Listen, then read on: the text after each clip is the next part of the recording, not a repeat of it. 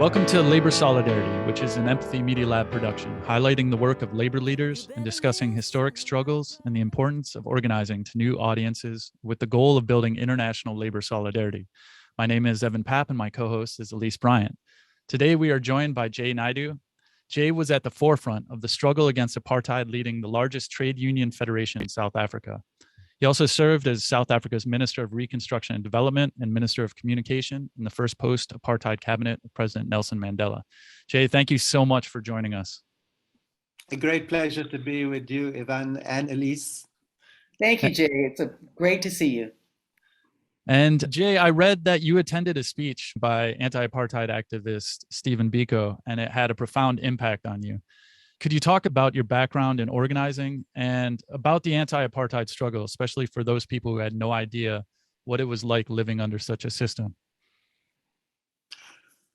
Well, apartheid was described by the United Nations as a crime against humanity. In fact, a heresy was the word used because it institutionalized racism that exists across the world even today, but in a form that was legalized.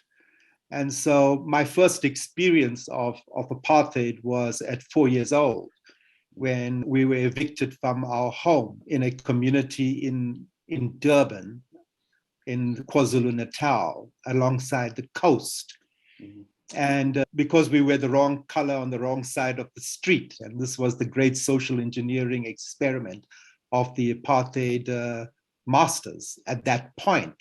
And I grew up feeling incredibly angry to have lost this home, this community in which I had grown up and can remember very clearly climbing trees and enjoying my childhood. And then suddenly it was wrenched away from me. And my parents never actually explained that to me until much later I understood it was part of what they call removal of black spots in white towns. And so I was very angry about that. But growing up under apartheid, after a while as a child, being refused access to many facilities, whether it was parks or buses or trains or cinemas, very similar to what happened in the struggle for civil rights in the United States. And I remember becoming incredibly angry with my parents, and then incredibly angry with myself, almost blaming myself at being born with this color.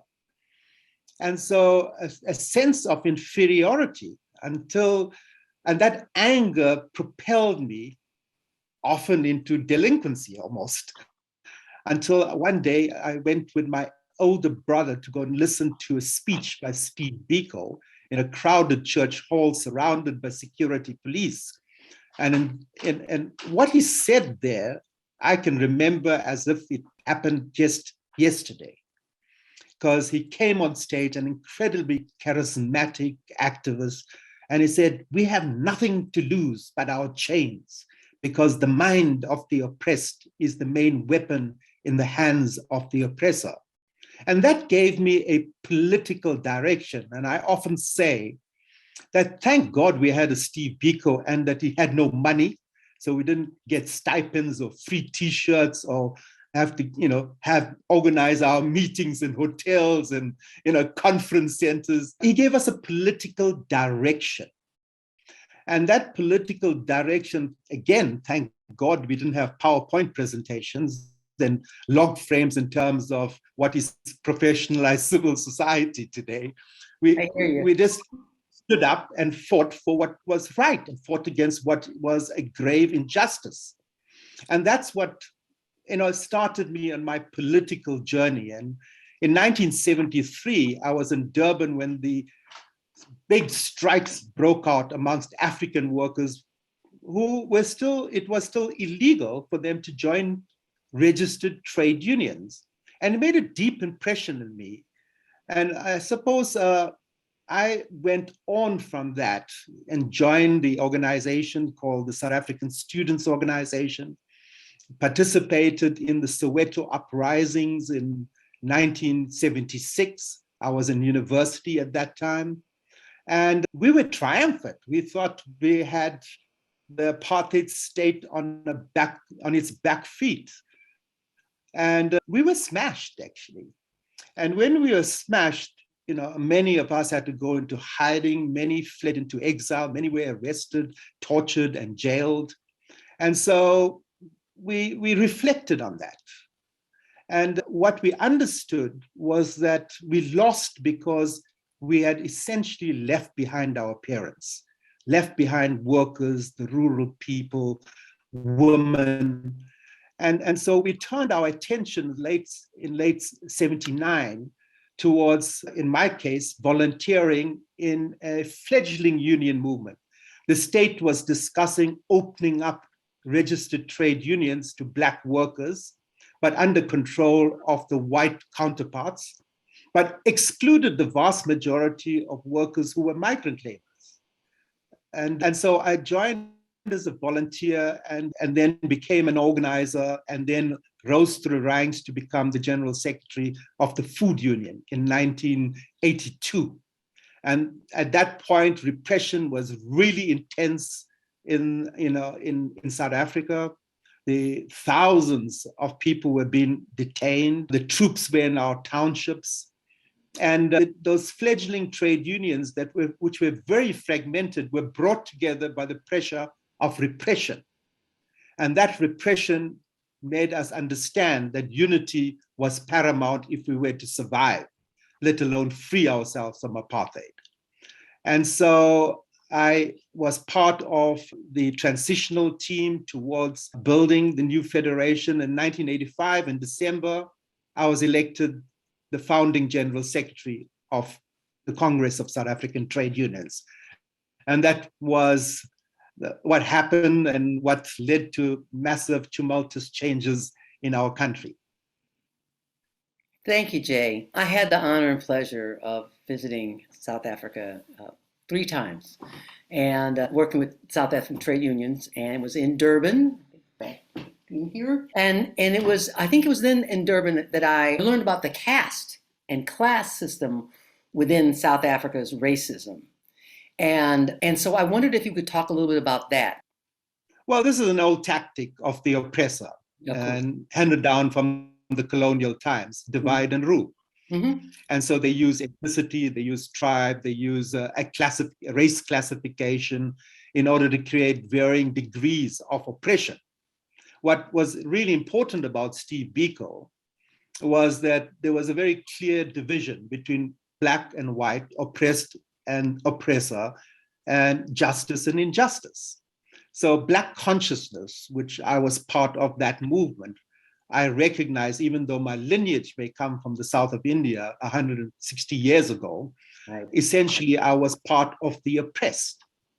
And in the factory floor, of course, like the rest of society, was deeply stratified by class divisions, racial divisions, and even union movement was divided by race.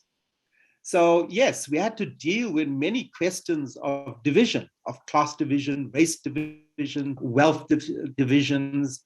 And that was the basis of apartheid, until much later, until we freed ourselves from apartheid, we still had job reservations. Certain positions, and particularly managerial positions, were reserved for whites and excluded the majority of Black people of every different color.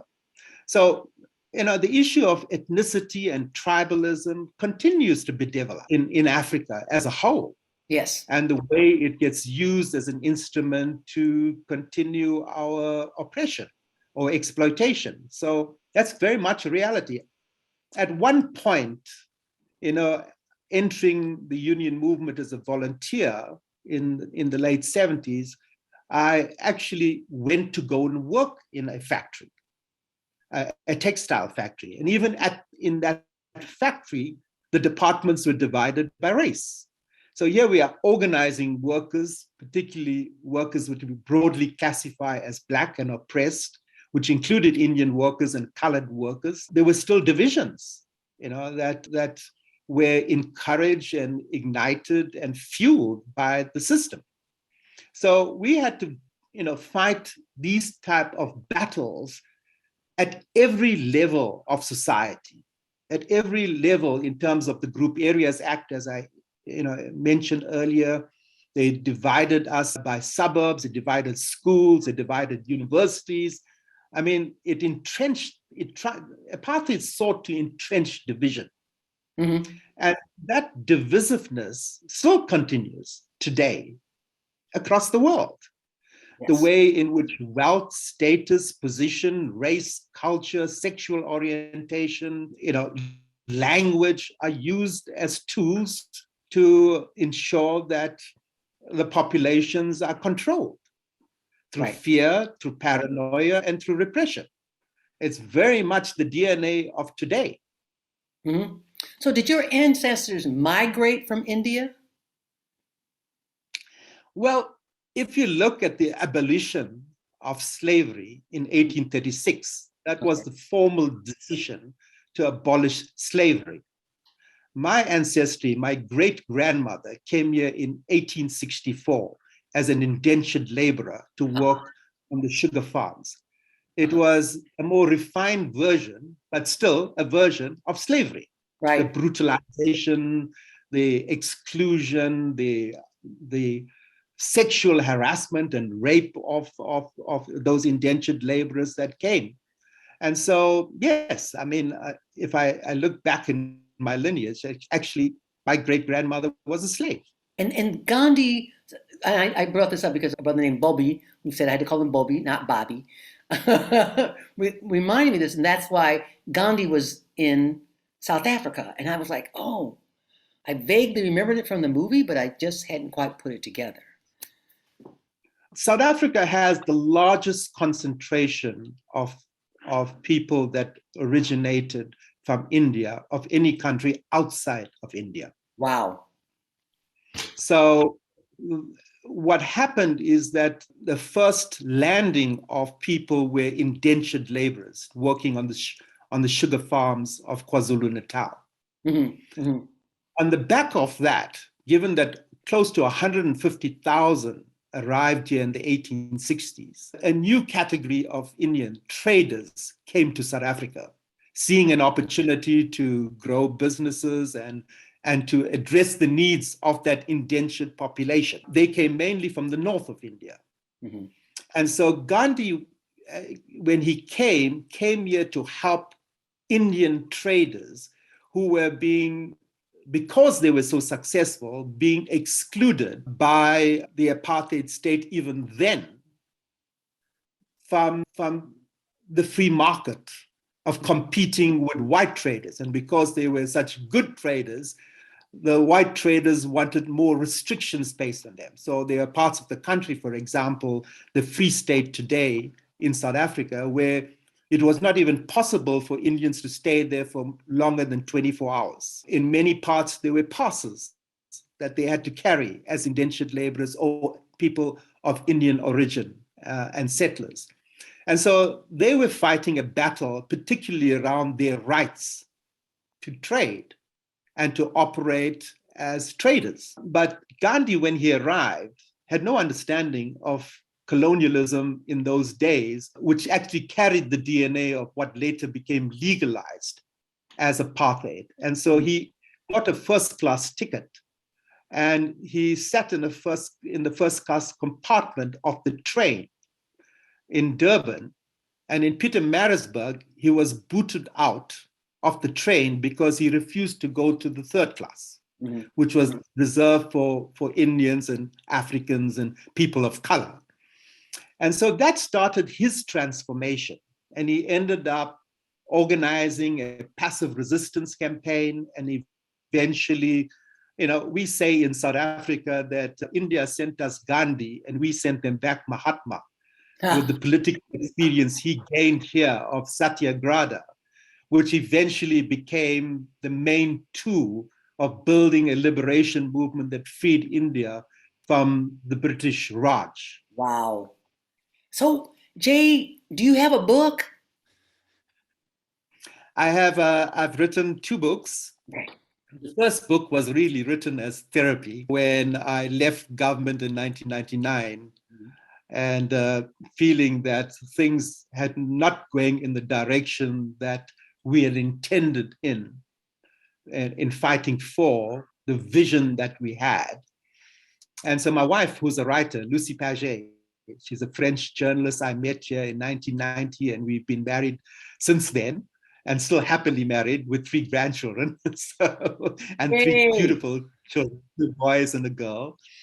And so I suppose she encouraged me to write, and then I published that. But later on, I remember having a conversation with my daughter, who was around 21 then, and saying, is it possible that one day I could be a grandfather?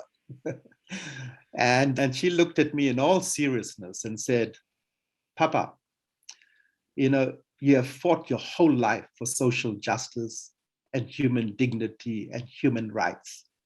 Look at the world your generation is leaving us. One in which we are confronted as a generation with very little hope in our future, a climate crisis, corruption, even in your liberation movement.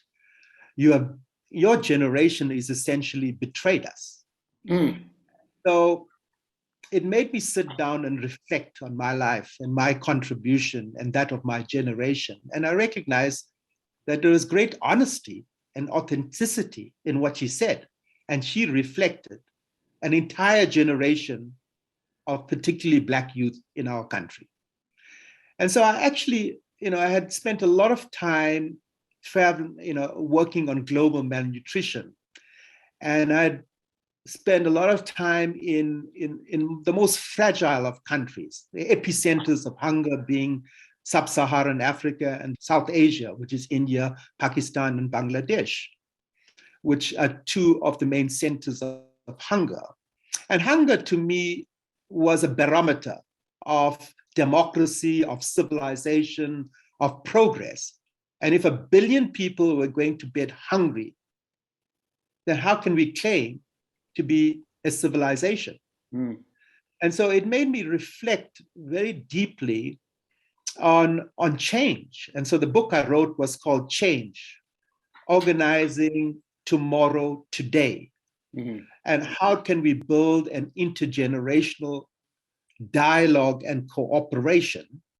And the book really was a reflection of voices from a grassroots level, from the countries I had visited and the communities I had worked with.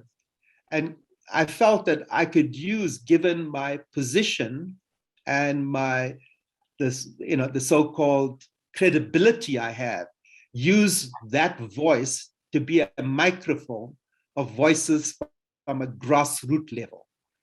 And so that was the book I wrote. And I'll definitely put that in the show notes. And there is that transition where you're resisting the government and then you become in the government. And I was very interested when I heard about your work in the Reconstruction and Development Program. And I also read somewhere that when money was going out for housing to help in the post-apartheid economic development for so many people that were left behind, there would be times where you would actually put billboards out and say, this is the amount of money going to this town from the government. This is a person to contact in the government if there's any problems. And there was some transparency and accountability. And could you talk about what the Reconstruction Development Program was? And I know that there was some bitterness at the end as it moved to this neoliberal GEAR program. Well, I didn't really want to go into government. I didn't become a political activist because I felt that at some point, I wanted to become a cabinet minister. We had to make a decision essentially between what was right and what was wrong. Apartheid was wrong. It was a heresy and a crime against humanity. And we had a duty and obligation to stand up and challenge. When Nelson Mandela was freed on the 10th of February, 1990, I was one of the first people to arrive at his prison home at Victor Verster. And he was the epitome of our struggle against apartheid. He was our role model. of sacrifice across the arc of his life that spanned 67 years. A tremendous sacrifice. He continued to serve us selflessly. And so, yes, I was really anxious when I did meet him. But the remarkable thing about Nelson Mandela was his humility. And so when he greeted us at the door, like we expecting this giant on the world stage, a bit intimidated by it, but here he was greeting us. Hello, my comrades, come here. Let me show you around the house that I have. And because they had now put him in a little house. And of course, he was occupying the smallest room in the house because that represented the bulk of his life living in a prison cell the size of an average bathroom. And so, yes, he inspired us, and his generation inspired us by their servant leadership. Towards the end of the 80s in COSATU, we recognized that one way or the other, we are going to paralyze the apartheid state. We had built a huge movement of workers. It was a backbone of the anti-apartheid struggle within the country. And we had allied with the United Democratic Front, which represented thousands of grassroots community-based organizations and NGOs. And so we were confident. And even though in 1987, they bombed our headquarters, a number of our regional offices were bombed, many of our leaders were detained, arrested, charged, and many were killed. We still were confident that we would see freedom in our lifetime. And towards the end of the 80s, COSATU began to ask itself a question. It's all very well that we're all sitting under one big tent in our fight for a simple principle of one person, one vote in a democratic, non-racial, non-sexist South Africa, which was led by the liberation movement, the African National Congress. But we were an independent organization. And so after much discussion and debate within COSATU, we decided that given the ANC's track record, given its leadership, given its commitment to the working class, the trade union movement is not a political party. We do not ask people their political affiliation before they become a union member. But as a working class that is organized, we had political aspirations. And so we had to choose a party that would best represent our aspirations and hopes. And that was the African National Congress. But we also recognized that there were many different people within the ANC, from capitalists to Black capitalists to traders to businessmen to communists to socialists. It was a broad coalition. And what we felt as COSATU, as a trade union movement, is that we want to make sure that our desires, our hopes are not diluted by other sections of society. And so we started discussing what would replace apartheid. And out of it came a view that we should, in allying ourselves to the ANC and the Communist Party, we should outline a program of action. We called it the Reconstruction Pact. We're a movement, and our actions in the South African context paralyzed the apartheid state, because the Achilles heel of the apartheid state was the factory floor. They could close down townships, they could occupy schools, but they couldn't root out the organization on the shop floor because it was not based on leaders or on officers and bureaucrats. It was based on tens of thousands of shop stewards at the factory floor, within the mine shafts, in the shop floor. And so we had a power. We were an army. And we also had a tremendous influence, not just our members, but the members' families, and all of them linked to those families. So essentially, when we called a national strike, the country closed down. That was the power COSATU wielded.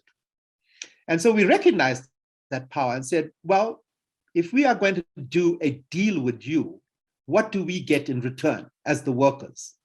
And so we had put forward a very broad range of demands: the right to strike, the changes in the labor market that created a sense of equity and addressed some of the fundamental challenges around working conditions, the right to strike. But we went broader than that and said we have other aspirations around how the economy should work, how we should restructure the socio-economic fabric of our country.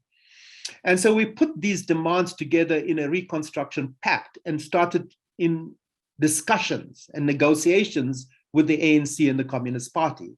And eventually we agreed that's what would constitute the Reconstruction and Development Program.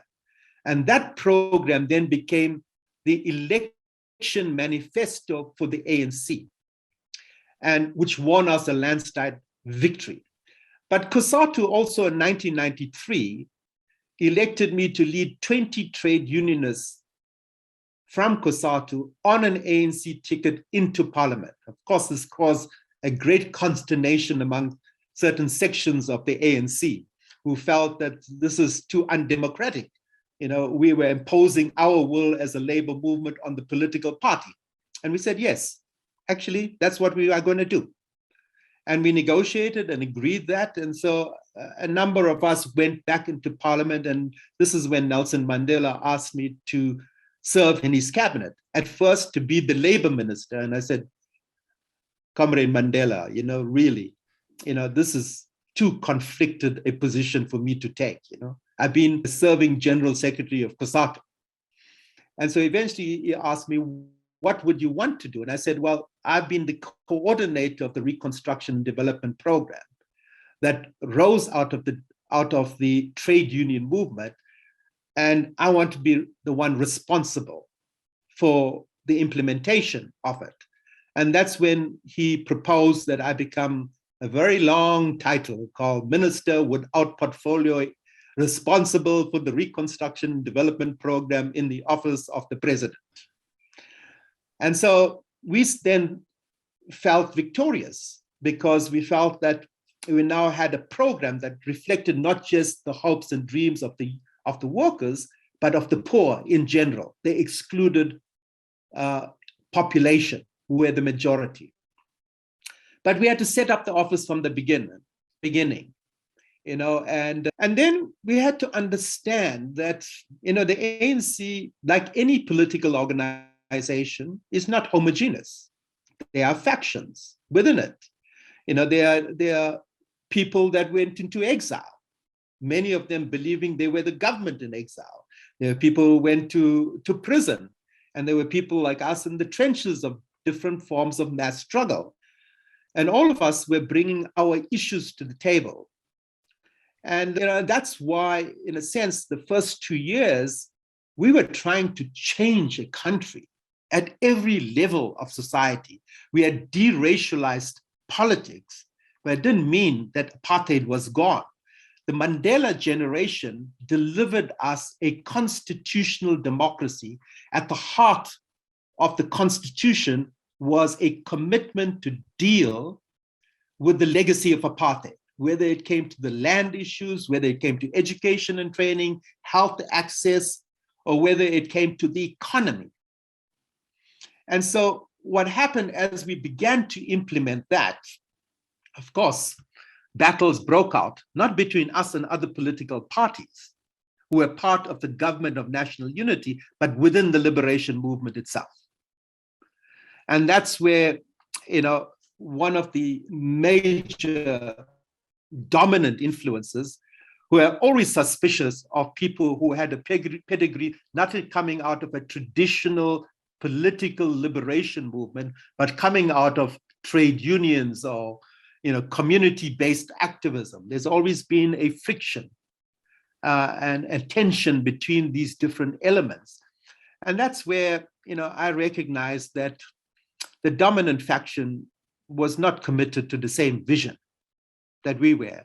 And the sum total of what you said, in 1996, after 2 years, the Reconstruction Reconstruction Development Program gets closed down, what many activists call the original sin, and GEAR, a macroeconomic program focused on financial indices rather than the Reconstruction and Development Program, which focused on needs of, and GEAR triumphed. And that battle, that's what history is about. Yeah, and I'm sure Elise could say some things about this too. Within the United States, the Democratic Party once came out of the New Deal supporting a lot of labor, and now in some ways, we have a president who's the most pro-labor vocal president that I've seen in my lifetime. But at least, why doesn't the AFL-CIO get some Democratic people to run? Like, essentially have the AFL-CIO go to the Democratic Party and say, you're going to run these people and get the labor moving. Is there any... I mean, the party system right now is just so taken over by a neoliberal framework. And we're trying to figure out how we can make actual gains in power with a pro-labor approach. And it just seems like getting our ass kicked left and right. So I don't know, Elise, if you have anything on that. You know, I think that, and I've never been asked this question before, Evan, but in reflecting it in terms of South Africa, and this was my experience, and what I felt was like, in the trade union movement in South Africa, there was a whole consciousness about caste, class, and racism that was acknowledged. It wasn't like, oh, this is a little something we're going to do on the side, right? It was part of the work, and that understanding that work was also political. So we endorse candidates, but we don't run candidates, and we don't, in the United States, we don't run ourselves. And why? I think it's like this whole idea that work is over here in this little channel over here, and government is in this little channel over here, and then race, class, and that we don't even talk about class in our country. So, and we don't not caste, but there's something else over here, and they're separate entities. Whereas I think in South Africa, it was the whole fabric, not just pieces of the fabric. Do you agree, Jay? Yes, no, absolutely, Elise. I mean, apartheid used racial discrimination as an instrument to maintain a cheap labor system. Mm-hmm. So the core of apartheid was a cheap labor system based on Black exploitation. That was the content. The form it took was an institutionalized system of racism. Now, if you look and reflect on politics today, the political system is broken.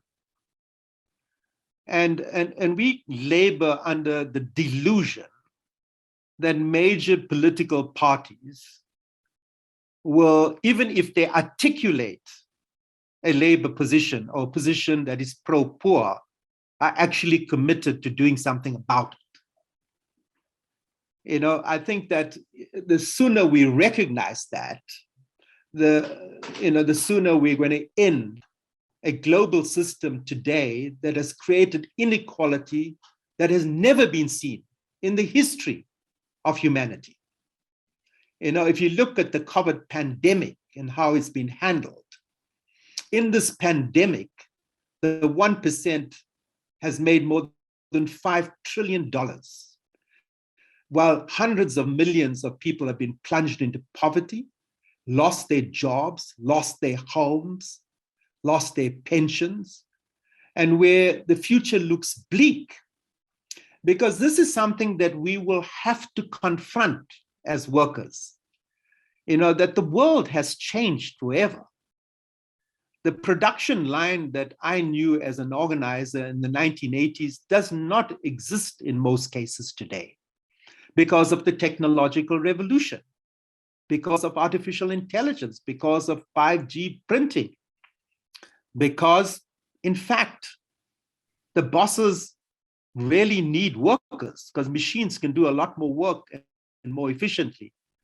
So we're in a situation where collective bargaining system has been wrecked. So if I look at South Africa, if you look at Marikana, the biggest bloodstain in our post-apartheid democracy, in which mine workers were shot and killed by police. If you look at that and identify the roots of the conflict there, is that rock drill miners, for example, were never employed by the company. They were outsourced. So cleaning is outsourced, security is outsourced. So whereas in the 80s, we'd enter a factory floor and there was one employer, today, there may be a dozen employers on one shop floor. And increasingly, the economy, the formal economy, is being outsourced. It's been informalized. And so we have to recognize that the collective bargaining system that made us tremendous gains in the 1980s and the 1990s actually has a fundamental flaw today, because young workers and the informal sector is not what we organize, the traditional trade unions. And if you look at Africa, probably 90% of employment is informal. There are exceptions in countries like South Africa or North Africa, but even here in South Africa, one of the biggest struggles of workers is to fight against outsourcing, which removes the benefits unions have traditionally negotiated and opens up the field of exploitation to a level that, again, we have never seen. So we have to start thinking anew. How do we deal with this new circumstances? What are our new organizing tactics? And again, we have to ask ourselves the question, Elise, why are young people not joining trade unions? And increasingly, trade unions themselves have become a bureaucracy, institutionalized, and no longer reflecting the interest of the grassroots or of the shop floor. If we look again at South Africa, the union movement is more fragmented today than it was under apartheid. And increasingly, leaders of the trade union use it as a conveyor belt to get into politics, because that's where the money will be made. So if you look at it, Politics 101 teaches you follow the money. And even at the level of trade unionism, we are seeing this happening. The way in which collaboration is taking place between a corporatist system of collective bargaining, between big business, big trade unions, and of course, big government. And the majority of workers been left behind, or seeing no reason why they should give the money in union fees to a union that does very little to protect them. So I think this is a moment as things fall apart, because the global system is falling apart. It is broken. And out of the crumbling of those systems, new thinking has to come, a new paradigm of thinking, a new beginning that begins to place the critical issues that young people feel strongly about, like my daughter, at the center of our agenda. And that is ecology, the environment, that is building peace movements and ending this perpetual aggression and militarism that is now leading to a new Cold War, to a new arms race, and even a threat of a nuclear war. And to end a system in which the current global system is being manipulated to put us into fear and paranoia in order that we can be controlled. This is George Orwell, 1984 on steroids. And we've got to recognize that we are fighting a battle that will determine whether the 1% becomes so powerful that we will lose sovereignty. We will lose control on our own bodies. And an alliance and a collaboration between big pharma, big business, big tech, big social media companies, and a 1% creates a new slide into totalitarianism in which we are the modern day slaves. This is the future that they want. And this is the future we have to resist. Yeah, totally agreed. Yes. Now, I want to go back history for just a moment. I was in South Africa the year of the Truth and Reconciliation Commission. And I think here in the United States, we can't even get critical race theory out, as a discussion on the academic level, much less in the school systems. There's such a backlash against it. what were the repercussions? How did it impact the labor movement specifically, but the community in general in South Africa after the Truth and Reconciliation Commission? We had a very important choice to make. Because remember, while the anti-apartheid movement and the mass struggle within the country paralyzed the apartheid state, we didn't defeat them. Mm. We created a stalemate. And in a stalemate, we had to find a solution. We were already in a low-scale civil war in this country, rapidly sliding into a full-scale racial civil war, which much of the world, actually, media were predicting. And so we had to make a very important decision. Do we continue this trajectory, which would lead to enormous loss of life and damage to property, as we've seen in the current conflicts around the world, whether it's Ukraine today or Iraq or Afghanistan or South Sudan or Libya, or do we rise above it? And so, given the extraordinary leadership of Nelson Mandela and his generation, given our strength and credibility on the ground, we made a decision to, instead of stressing the differences between us, trying to find the common ground. Our demand was very simple: one person, one vote in a democratic, non-racial, non-sexist South Africa. The National Party, our chief protagonist, came to the table with a demand for veto rights for white people, which we, of course, rejected.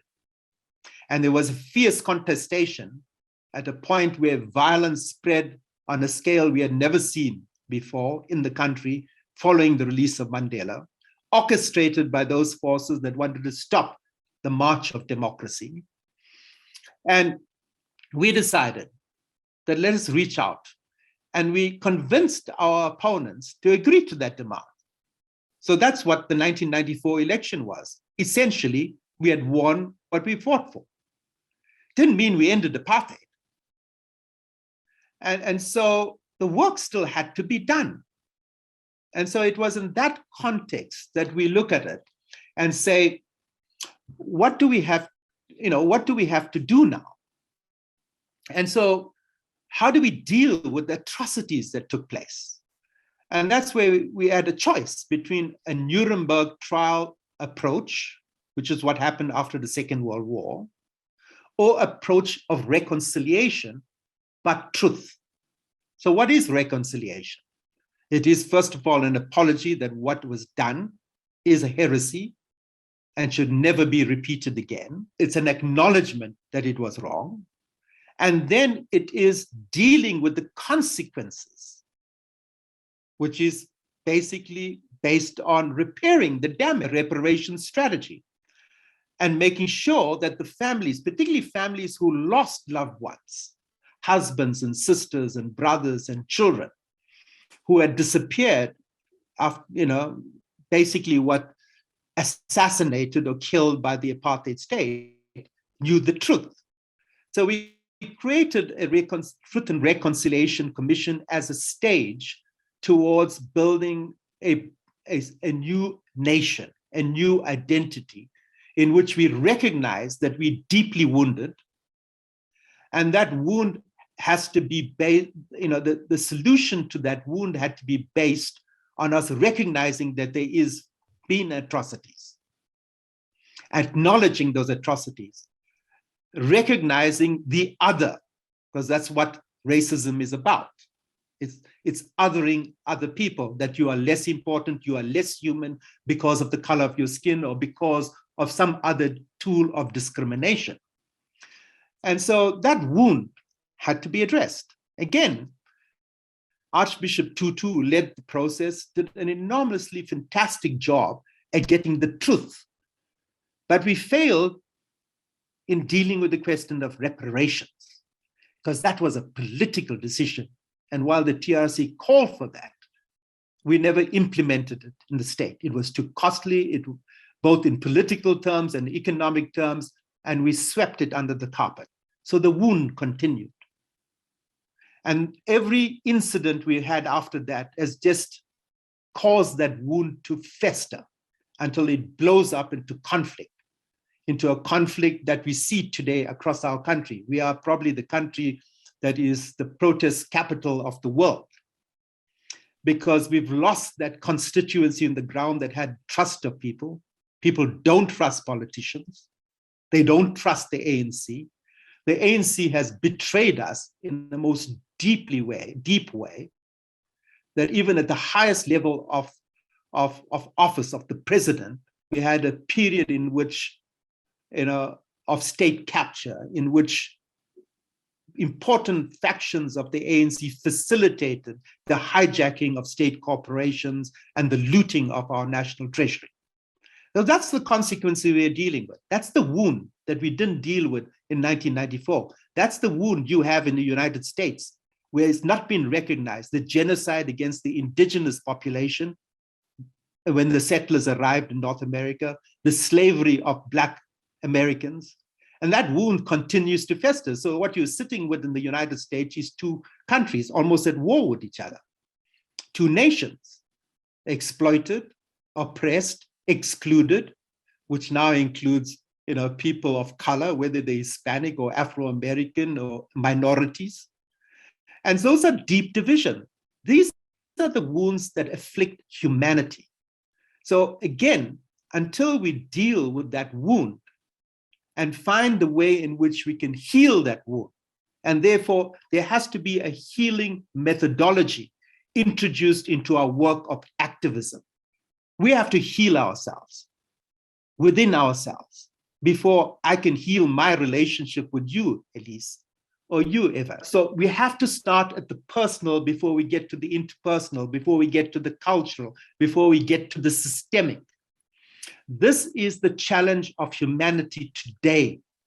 We have been a civilization driven from that original sin of slavery and colonization that has created a deep wound in which we waged war, while Western colonizers waged war, not just on other people, created the basis and the foundation of racism, which had to other people as inferior in order to go into their lands and loot their countries and rape and pillage.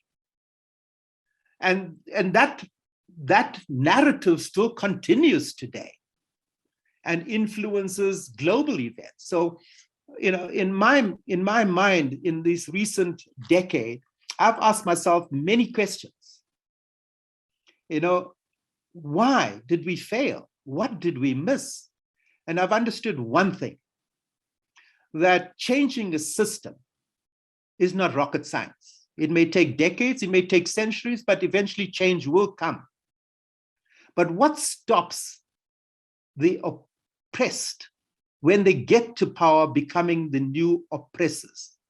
What creates a condition, a malady, a disease that a liberation movement eats its own children? How can we talk about progress today when we are committing ecocide? We are sitting in an ecological emergency. We've just had over 600 people die in flooding in Durban. Tremendous destruction of infrastructure and a direct consequence of economic growth strategies that are today dominant in the world. The link between environmental degradation, pandemics, war, and increasing starvation, drought, caused by conflict over grazing land, caused by food systems collapsing, is all linked back to the growth path that is dominant today, and that's capitalism. Capitalism has now created a nightmare for not just the current generations, but for unborn generations. And I'm not arguing that socialism or communism is the answer, because I think we're past ideology. All of those ideologies waged war against nature.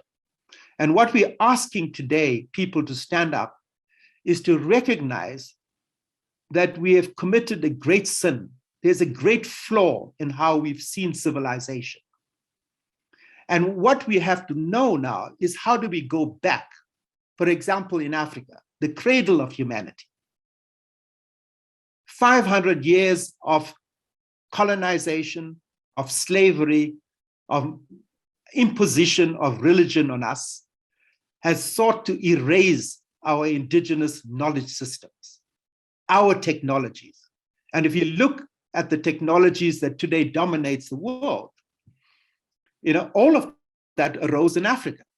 The earliest tools of music, of language, of writing, of agriculture, of civilization, which were dominant when Europeans were running around in skins, basically, So how do we go back to knowing who we are rather than trying to be a poor photocopy of some Hollywood model or some, European model or Asian model, Who are we? And that's the question I ask myself.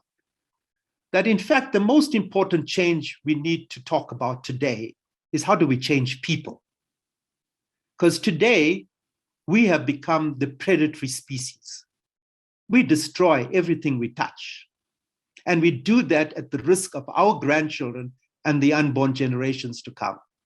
So the question confronting all of us today is what defines us being human? Why am I here in this human experience? And surely it is to do something worthy with our lives, of service, of working in partnership with Mother Earth. Now, if you go back to the villages that our ancestors came in, that was the DNA of that ancestral indigenous wisdom. People saw themselves as part of nature, not apart from nature. They didn't look at a forest and see timber to be cut down and sold to make money. They saw the spirit of the forest, the spirit of the river, the spirit of the mountain, the spirit of the desert. Now, if we've forgotten those lessons and we sacrifice this in an insane rush at consumerism and rampant consumerism, that is destroying the very earth, which is a conscious, sentient being. We are destroying the very earth that gives us life. Then what are we in terms of intelligence? Because we are the only species that has an intelligence in which we have free will and we're given the ability to make choice. We can either evolve beyond the limitations, the cravings, the desires, and the ego of the mind and this body or this intellect and become supramental, or we descend to our baser animal instincts and we kill each other and everything that we share our planet with.